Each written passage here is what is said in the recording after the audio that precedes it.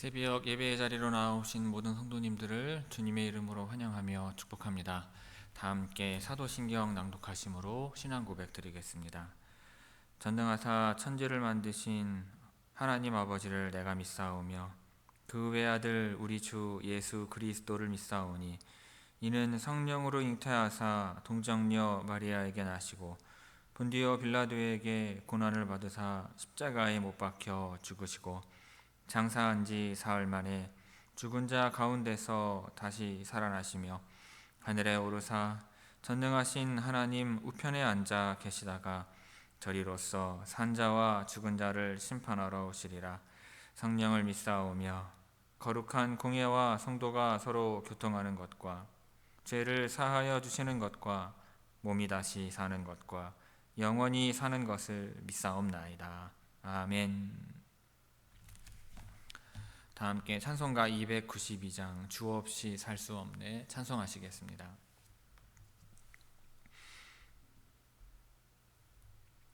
찬송가 292장입니다.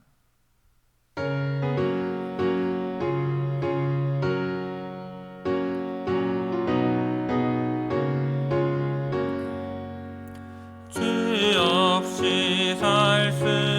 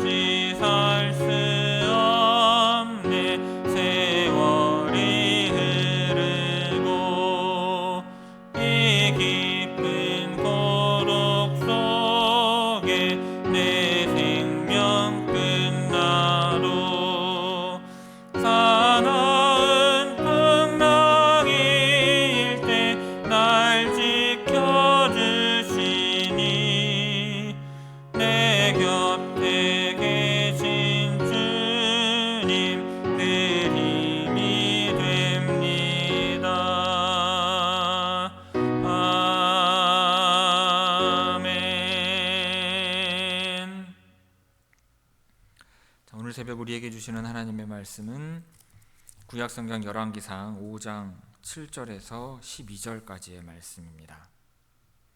열왕기상 5장 7절에서 12절의 말씀입니다. 제가 봉독하겠습니다.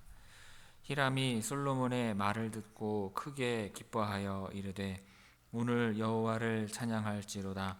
그가 다윗에게 지혜로운 아들을 주사 그 많은 백성을 다스리게 하셨도다 하고 이에 솔로몬에게 사람을 보내어 이르되 당신이 사람을 보내어 하신 말씀을 내가 들었거니와 내 백향목 제목과 잣나무 제목에 대하여는 당신이 바라시는 대로 할지라.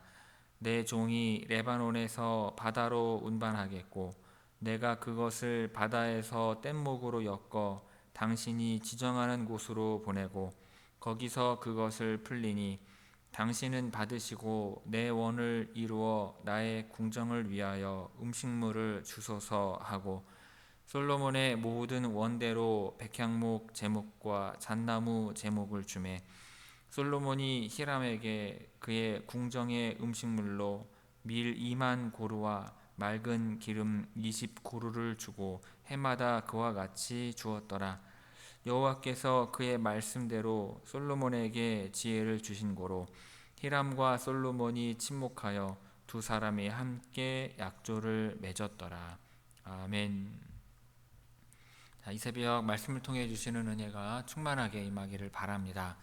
자, 오늘 본문 말씀은 히람 왕이 솔로몬의 제안을 흔쾌히 수락하고 이에 자신의 요구 조건 또한 제시하면서 서로 조약을 맺고 화친하는 내용입니다.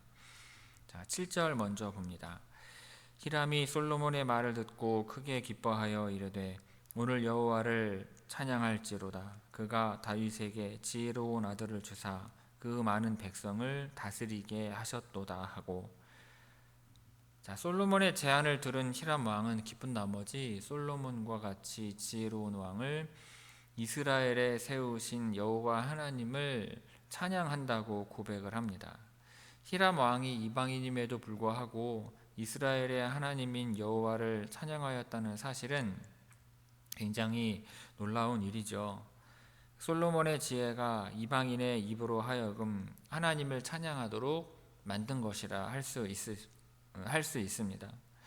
자, 이를 통해 볼 때 히람 왕에게 있어서 이스라엘과 좋은 관계를 유지하는 것이 얼마나 필요한 일이었는지를 알 수 있습니다. 주요 식량의 공급처로서 이스라엘은 히람 왕에게 더할 나위 없이 중요한 나라였기 때문입니다. 이렇게 히람 왕이 여호와를 찬양하는 이유는 여호와께서 다윗에게 지혜로운 아들을 주셔서 그 많은 백성들을 다스리게 하신 데 있었습니다. 고대 근동에 있어서 왕의 중요한 역할 중 하나는 백성들을 공의로 재판하는 것이었는데 천차만별의 수많은 백성들을 공정하게 재판하기 위해서는 지혜가 절실히 요구되었기 때문입니다. 8절 봅니다. 이에 솔로몬에게 사람을 보내어 이르되 당신이 사람을 보내어 하신 말씀을 내가 들었거니와 내 백향목 제목과 잣나무 제목에 대하여는 당신이 바라시는 대로 할지라. 자, 솔로몬이 원하는 방식대로 건축에 필요한 자재들을 공급하겠다며 히람 왕이 뜻을 내비치고 있습니다. 이처럼 히람 왕은 솔로몬이 원하는 장소에 가장 안전하고 편리한 방법으로 자재들을 옮겨줍니다. 그런데 앞서 6절에 보면 솔로몬은 백향목만을 요구했는데 히람 왕은 잣나무까지 언급하고 있죠. 그리고 10절을 보면 히람 왕이 잣나무 역시 공급했음을 알 수 있습니다. 이 잣나무는 백향목보다는 떨어지지만 병충해나 부패에 강하여서 내구성이 뛰어날 뿐만 아니라 튼튼하고 가벼워서 잣나무 역시도 고급 건축 자재로 널리 사용되었습니다. 따라서 솔로몬이 요구하지 않더라도 히람 왕은 당연히 건축에 필요할 것으로 여기고 잣나무를 백향목과 함께 보냈던 것입니다. 그리고 6장 15절에 보면 이 잣나무가 성전 바닥 재료로 사용되었다고 기록하고 있어요. 자, 9절 봅니다. 내 종이 레바논에서 바다로 운반하겠고 내가 그것을 바다에서 뗏목으로 엮어 당신이 지정하는 곳으로 보내고 거기서 그것을 풀리니 당신은 받으시고. 자, 히람 왕이 레바논 산지에서 벌목한 나무를 이스라엘로 어떻게 옮길지 설명하고 있습니다. 우선 레바논 산에서 바다를 향해 목재들을 운반하겠다고 말합니다. 레바논은 북쪽 고지대에 있었기 때문에 목재들을 육로를 이용하여서 예루살렘까지 직접 보내는 것은 매우 어려웠습니다.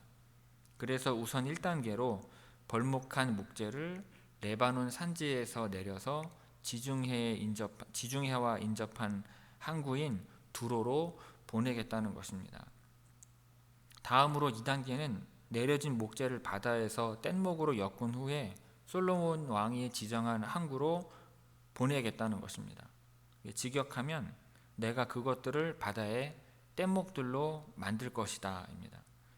자, 여기서 솔로몬에 대한 히람 왕의 배려를 다시 한번 볼 수 있습니다. 솔로몬은 아직 나무를 받을 항구를 구체적으로 정하지 않았어요. 그렇기 때문에 히람 왕은 솔로몬이 원하는 장소가 어디든지 간에 그곳까지 자재를 운반하겠다는 것입니다. 자, 똑같은 내용을, 동일한 내용을 기록하고 있는 역대하 2장에 보면 솔로몬은 예루살렘에서 가장 가까운 항구인 욥바를 목재를 받을 장소로 지정을 해요. 그리고 거기에서 다시 대략 56km 정도 떨어진 예루살렘까지 육로를 통해서 이 목재를 옮겨줄 것을 히람 왕에게 요구합니다. 사실 수로를 통해서 자재를 운반하는 것보다 육로를 통해서 운반하는 것이 더욱 매우 힘들죠. 그럼에도 불구하고 히람 왕은 기꺼이 모든 것을 협조를 합니다. 이처럼 솔로몬은 벌목 기술뿐만 아니라 자재를 운반하는 기술도 같이 겸하고 있었던 이 베니게 사람들의 도움을 받아서 성전 건축에 쓰일 자재를 안전하고도 신속하게 운반할 수 있었던 것입니다. 9절 나머지 부분 봅니다. 내 원을 이루어 나의 궁정을 위하여 음식물을 두소서 하고. 자, 당시 시돈과 두로로 대표되는 베니게는 지중해 연안에 위치해 있었습니다. 그리고 국토의 대부분이 산악지대라서 임산물은 풍부하게 생산을 했으나 식량으로 사용할 수 있는 농작물이 부족했던 것입니다. 그래서 베니게가 다른 나라와 교역을 할 때 주로 원했던 것은 식량이었습니다. 자, 이러한 배경 하에서 히람은 솔로몬에 대해서도 이 자재와 기술 원조의 대가로 무엇보다도 식량을 요구하고 있는 것입니다. 자, 10절 봅니다. 솔로몬의 모든 원대로 백향목 제목과 잣나무 제목을 주매. 자, 히람 왕이 솔로몬이 원하는 대로 실행했음을 보여주고 있어요. 역시 동일한 내용을 기록하고 있는 역대하 2장에 보면 솔로몬은 히람 왕에게 단순히 목재만을 요구한 것이 아니라 제철 기술자와 직조 기술자까지 요구했던 것으로 보입니다. 따라서 본문은 히람 왕이 단순히 목재를 정해진 장소까지 운반해 주었다는 사실뿐만 아니라 본문에서 언급하고 있지 않은 그 밖의 모든 요청사항까지 완벽하게 들어주었음을 나타내고 있는 것입니다. 11절 봅니다. 솔로몬이 히람에게 그의 궁정의 음식물로 밀 2만 고루와 맑은 기름 20고루를 주고 해마다 그와 같이 주었더라. 자, 자신이 원하는 바를 히람 왕이 완벽히 준비해 주었기 때문에 솔로몬은 조약을 맺은 대로 식량을 공급해 줍니다. 솔로몬 왕궁에서 하루에 소비되는 밀가루가 대략 90고루였다는 사실을 감안할 때 해마다 보내진 밀이 2만 고루라는 사실은 얼마나 많은 밀을 두루에 보냈는지 짐작할 수 있습니다. 또한 밀과 함께 보내진 맑은 기름은 순수한 올리브 기름을 뜻합니다. 이처럼 엄청난 양의 식량과 귀한 기름을 이 두로에 공급했다는 것은 이 솔로몬 왕이 두로의 도움에 대해 굉장히 만족했다는 것과 동시에 솔로몬 왕국이 얼마나 부강했는지를 보여주는 것이기도 합니다. 자, 마지막으로 12절 봅니다. 여호와께서 그의 말씀대로 솔로몬에게 지혜를 주신 거로 히람과 솔로몬이 친목하여 두 사람이 함께 약조를 맺었더라. 자, 솔로몬이 두로왕 히람과 성공적인 외교 관계를 하며 이 화친 조약을 맺게 된 것은 솔로몬 개인의 능력이나 노력에 의한 것이 아니라 하나님이 그에게 주신 지혜의 결과였음을 말씀하는 내용입니다. 즉 하나님께서 솔로몬에게 지혜를 주시겠다고 한 약속이 현실 속에서 어떻게 구체적으로 나타나고 있는지 보여주고 있는 것입니다. 이처럼 솔로몬의 지혜는 두로와의 외교 관계뿐만 아니라 이후에 다루어질 국내 노동 관계에서도 그 탁월함이 드러나게 됩니다. 그런데 12절은 그 솔로몬 왕국 전체의 운명과 관련된 내용이기도 합니다. 이 구절은요, 솔로몬 왕국의 흥망성쇠가 모두 하나님이 주신 지혜에 달려 있음을 암시하는 것이기도 합니다. 솔로몬은 여호와 하나님을 경외함으로 하나님으로부터 지혜를 얻을 수 있었고, 그것과 더불어 부귀와 영화도 누릴 수 있었습니다. 그러나 이후에 솔로몬이 이방 여인에게 마음을 빼앗겨서 하나님과의 언약을 깨뜨리자 하나님은 지혜를 거두어 가셨고, 그 결과 솔로몬 왕국은 종교적인 혼란과 정치적인 파행을 거듭하게 되는 것입니다. 그러므로 오늘 본문은 단순히 성전 건축을 준비하기 위한 그와 같은 과정만을 보여주는 내용은 아닙니다. 솔로몬 왕국 전체의 흥망성쇠와 그 나라의 정체성에 관한 내용으로 보아야 할 거예요. 왜냐하면 이 열왕기 저자는 앞서 말씀드린 것처럼 솔로몬이 히람과 성공적인 교육을 통하여 성전을 건축하게 되었다는 사실을 하나님의 지혜가 그와 함께하여 솔로몬 왕국이 번영을 누리고 있다고 해석하고 있기 때문입니다. 따라서 성전 건축 직후에 솔로몬의 외교 정책에 대해서 두로의 왕 히람이요 불만을 표시하는데, 오늘의 본문과는 아주 대조되는 상황이 펼쳐지죠. 그것은 솔로몬 왕국이 쇠퇴로 접어들었음을 상징적으로 보여주고 있는 것입니다. 그렇기 때문에 오늘 본문은 성전 건축을 어떻게 준비했구나 이 차원이 아니라 하나님께서 솔로몬에게 지혜를 주심으로 이스라엘이 번영을 구가하고 있음을, 또한 성전을 건축할 수 있었음을 우리가 볼 수 있는 것입니다. 자, 7절에서 12절까지 우리 함께 읽도록 하겠습니다. 7절에서 12절 말씀입니다.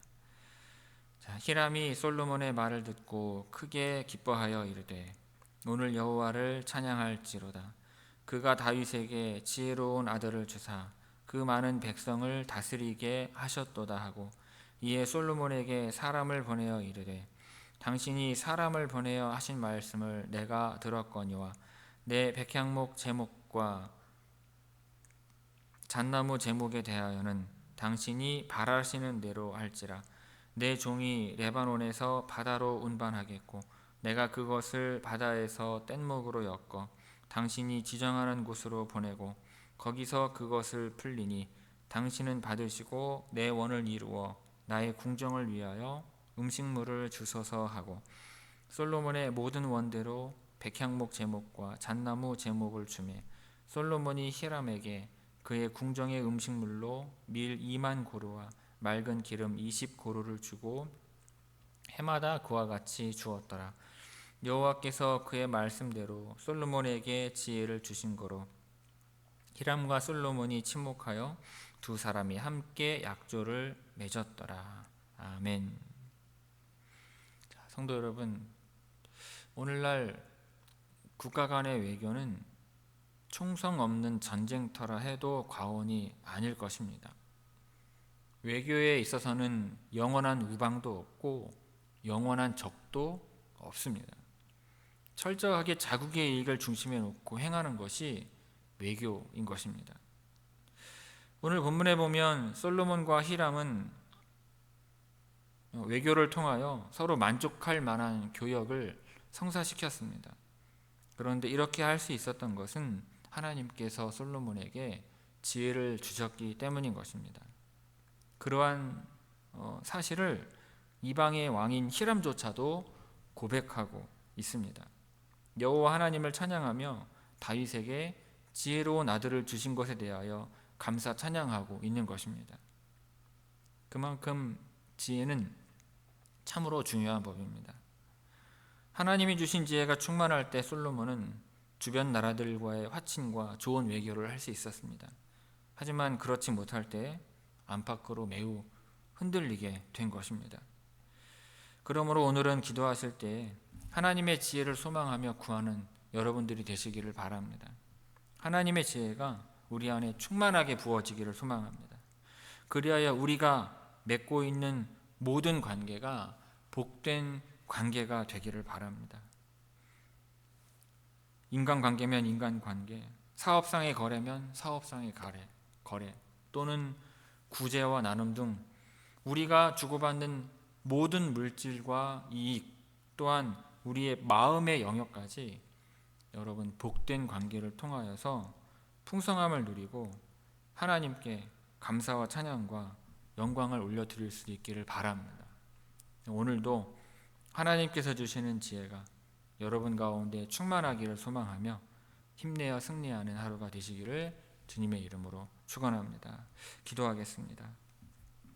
사랑이 많으시고 은혜가 풍성하신 아버지 하나님, 솔로몬 왕에게 지혜를 허락하여 주심으로 말미암아 이스라엘이 하나님의 충만한 복을 받게 하시고 외교 관계도 잘하여서 필요한 것들을 주고받으며 더욱더 번영을 구가할 수 있었음을 보게 됩니다. 그 모든 것이 솔로몬이 여호와 하나님의 계명을 지킬 때 하나님께서 다윗과 약속하신 언약을 지키심으로 솔로몬에게 지혜를 주시고 이스라엘에게 복을 주셨기에 가능한 줄로 믿습니다.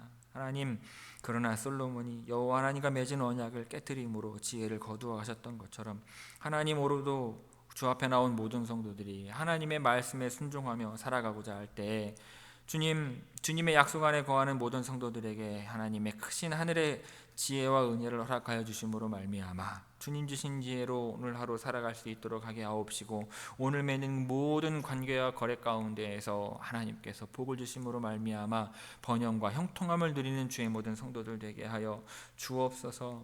오늘도 간절한 소원들을 가지고 주 앞에 나온 성도들이 있사오니 하나님께서 함께 하심으로 치유와 회복의 은총을 하나님 허락하옵시고, 우리의 모든 형편과 처지 가운데 하나님 함께 하심으로 세상 모든 해는 막아주시옵시고 악에서 건지시옵시고 하나님과 복과 형통을 온전히 누리며 살아가는 주의 모든 성도들 되게 하옵소서. 감사드리오며 이 모든 말씀 예수님의 이름으로 기도 올리옵나이다. 아멘. 하늘에 계신 우리 아버지여, 이름이 거룩히 여김을 받으시오며 나라가 임하시오며 뜻이 하늘에서 이루어진 것 같이 땅에서도 이루어지이다. 오늘 우리에게 일용할 양식을 주시옵고 우리가 우리에게 죄 지은 자를 사하여 준 것 같이 우리 죄를 사하여 주시옵고 우리를 시험에 들게 하지 마시옵고 다만 악에서 구하시옵소서. 나라와 권세와 영광이 아버지께 영원히 있사옵나이다. 아멘.